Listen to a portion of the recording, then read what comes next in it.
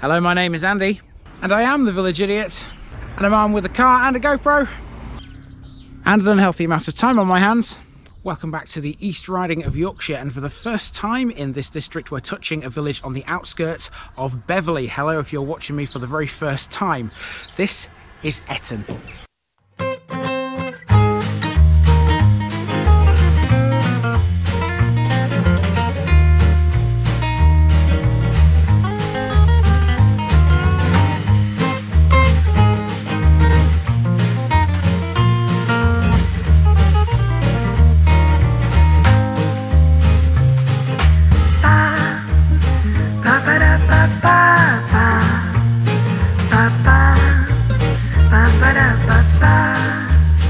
Here's my disclaimer for people who may be watching me for the first time. I say things as I would in my native accent and dialect. As a result, I may not pronounce things in the same way as the locals do. Remember, I'm a visitor. It's impossible to know everything. Leave me a comment, spin me a like, and bash that subscribe button. Let's get to today's parish video.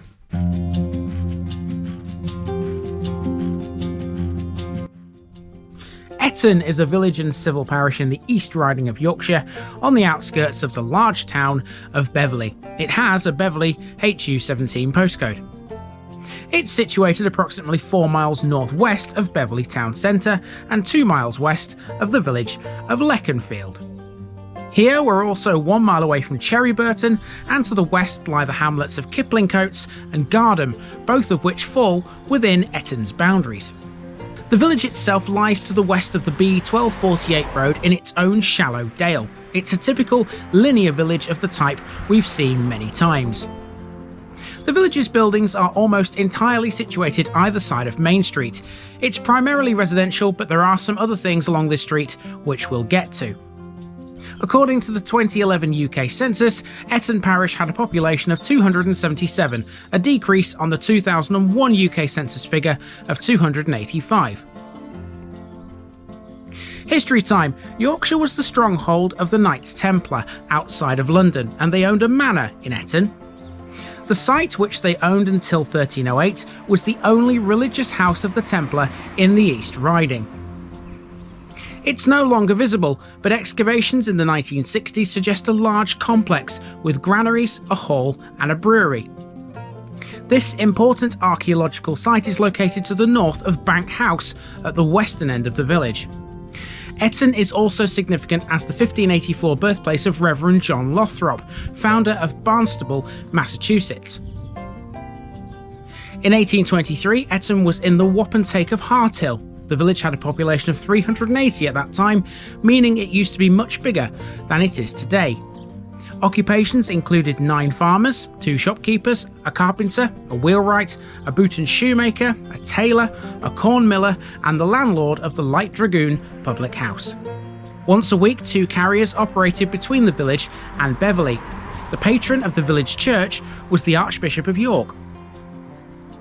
Etton has been known to suffer quite badly during floods due to its position in a small valley. The most recent flood in the village was in 2007. Finally, in this section we talk demographics. Only 2 people, according to the latest data, identify as anything other than white British. The population density is pretty low at 17.97, and the average house here will cost you a decent amount of money. It comes in at £428,000.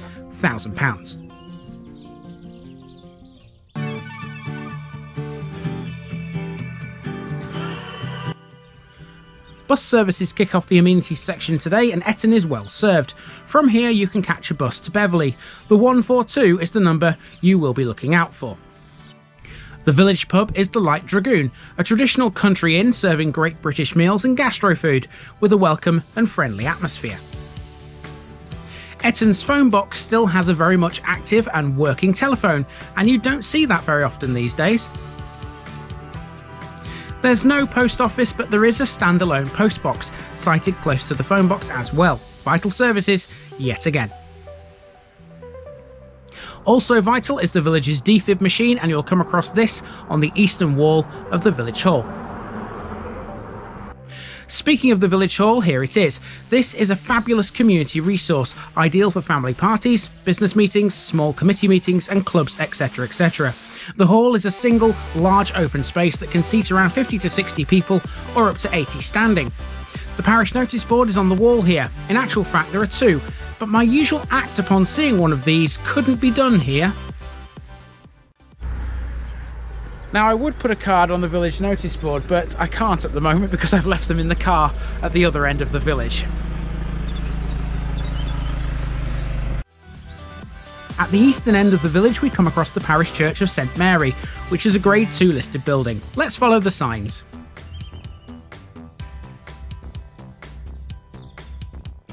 St Mary's was built in the first half of the 12th century, largely of ashlar. The large, wide tower still survives from the late 12th century and was repaired in the 1500s.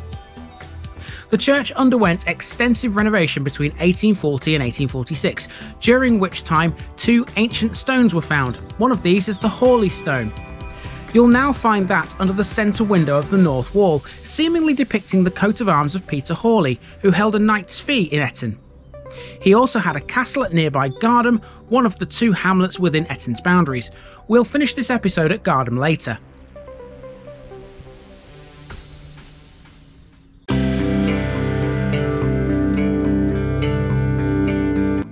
The Holderness Hunt can be found in Etton. Their kennels and stables are located to the southeast of the village. They presented this bench, one of a couple in the village.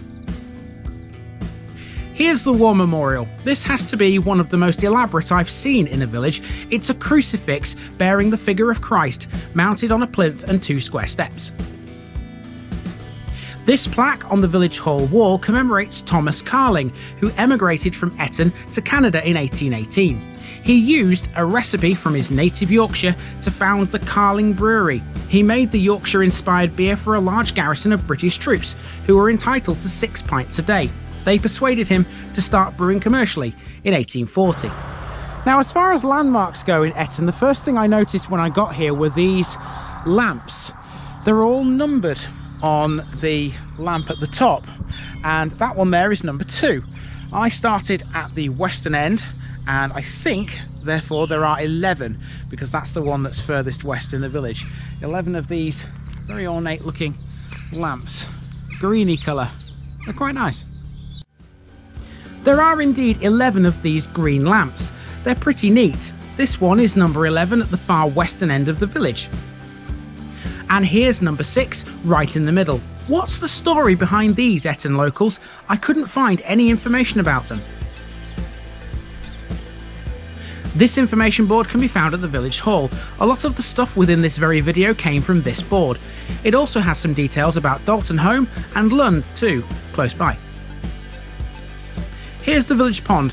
This is of ancient origin, with the earliest reference to it being in a charter of 1140, which mentions supplying spring water to another pond at Etton Mill.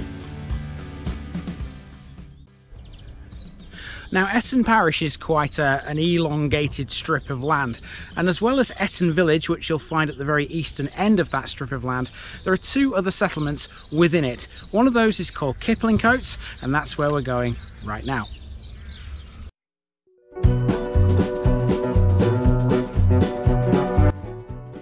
Kiplingcotes is a hamlet 3 miles to the west of Etton. It's split between the civil parishes of Etton and Dalton Home, technically speaking, but the most interesting bits are arguably in Etton. Take, for example, this bridge, which used to carry a railway line. That line was the York to Beverley line, and the hamlet was served by Kiplingcotes railway station between 1865 and 1965.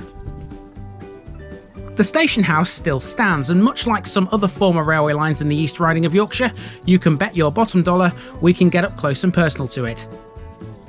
That's because the former line now forms part of the Hudson Way, named in honour of George Hudson, an English railway financier and politician, known as the Railway King.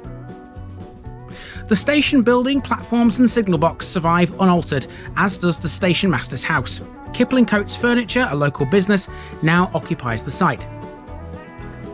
There's a good information board here too about George Hudson. In the 1840s, he controlled a significant part of the railway network and played a significant role in linking London to Edinburgh by rail.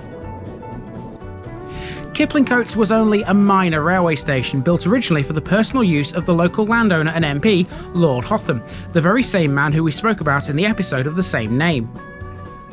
Its very construction was as an incentive for him to allow the railway to pass through his estates.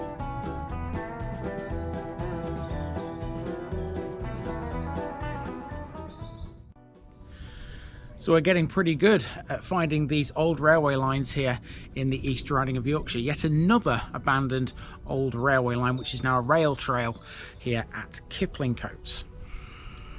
The trail is 10 kilometres long from start to finish, and it's considered a fairly easy walk compared to most on the Yorkshire Wolds, as it's mainly flat. Right, did someone say picture bit for the parish of Etton? Go on then, if you insist. Here it comes right now.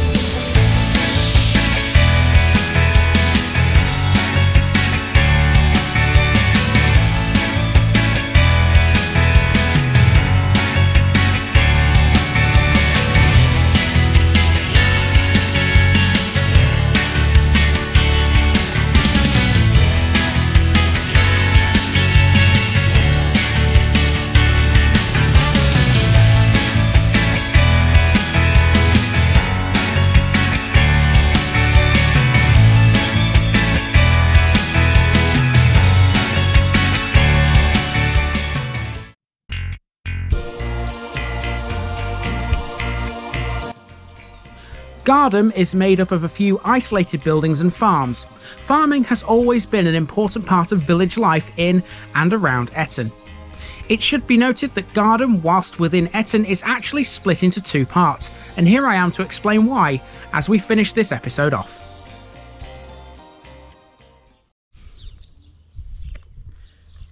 So there's not much to tell you about Gardham. It's basically just a collection of farms and the odd house. Apart from one thing, Gardham is actually on the border between Etton and the next civil parish to the south. Part of Gardham falls within Etton, and that's the part known as Low Gardham, and that's where I'm stood right now. Then there's High Gardham, which is over the border and into the next one to the south. And that's where I'm going right now to film my next episode in the East Riding of Yorkshire. This has been the parish of Etton, and I've been Andy, also known as the Village Idiot, and I'm out.